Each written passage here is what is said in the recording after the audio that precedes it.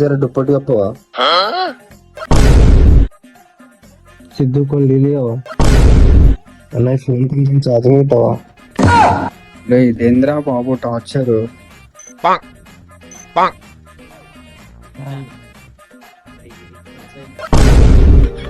అరే ఇదేం టార్చర్ రా?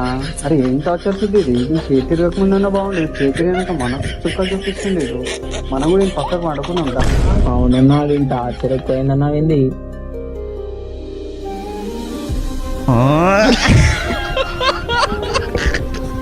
అమ్మ నా వల్లనే నీకు ప్రాబ్లం అవుతుందంటే వెళ్ళిపోతారా ఇడికి.